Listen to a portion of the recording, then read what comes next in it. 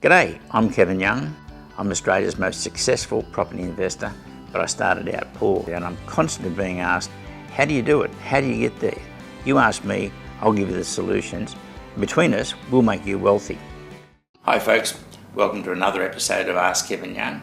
As I travel around the country, I get so many people coming up and saying they can't believe that it's free and they're getting so much help for free.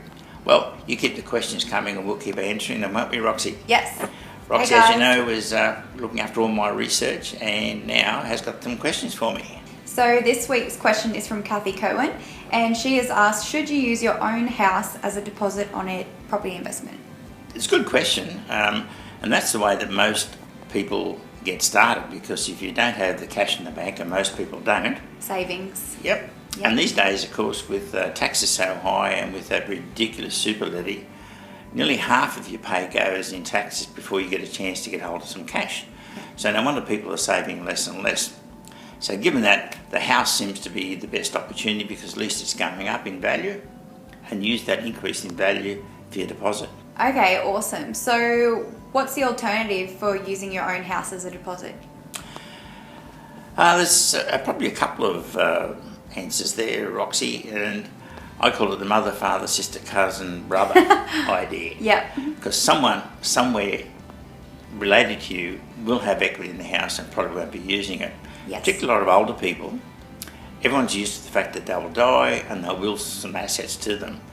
It's far better while that person's alive that they actually help the people while they're alive and can see the benefit they can give them. Yep. In Sydney, when we started the club, there was a woman there who had nothing, but her dad had died and willed what she thought was a country shack to her. We got it valued and it was $70,000, a fair bit of money back then. Yep. That equity was enough for her two sons who were there with me at the barbecue, who couldn't get started, to suddenly buy 2 properties each and avoid paying tax. That's amazing. So she got them up and got them going. Got them going, yep. Yep, so that's one way. And what can go wrong if they do use their own home as a deposit? Again, that's a real good question because a lot can go wrong. And there's a woman who got Investor of the Year about 4 years ago. She used her own home. Yep. She invested in the wrong place and the wrong type of property. And now the property's half in value and she's finding it difficult to find tenants. She'd be behind in the mortgage. And I wouldn't be surprised if she goes bankrupt. Yep. So it's a big step to make a decision to get into investment property. So don't do it lightly. So I say 3 things: research, research, research, and then make sure that you've got a property that is going to be rented. Don't trust real estate agents because they lie to make a sale. Yeah. Get on to letting agents and in writing, how much is the place going to rent for? What sort of demand is there? Go to 3 or 4, check it out.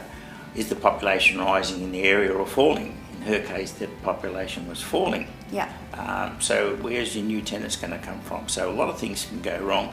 So research, research, research. And one of the beauties of the club is that we do that research for them, yes, free of charge, and give it to them that they can then run around and check all those facts and figures. So it's a really good question, Kathy, and I think one that should be asked by every serious investor, because most investors, and Rox, this is the shame of it, most of them make the wrong decision.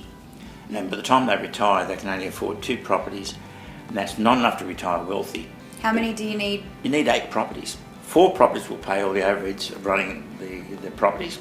Yep. 4 will give you net rental that'll give you twice the income of the average wage. And because property is inflation proof, that'll guarantee you a comfortable retirement. So you need at least 8. Okay. Now, Treasurer Morrison, you tell me you only need 3 or 4. That's wrong, wrong, wrong. And you're telling the banks to fund people to 3 or 4, not after that. So think big. Think big, that's exactly Yep. right. Yeah. Cut the apron strings to Treasury and APRA and get people getting independent of the pension. Free up the budget. Get them wealthy. Yeah. Thanks for answering that question, Kevin. Thanks, Kathy, for the question. Yes. And if you like this week's episode, please like it on Facebook and subscribe to Kevin's YouTube channel. And on Facebook, Roxy, you put a lot of tips in there as well for people. Yes. So stay updated.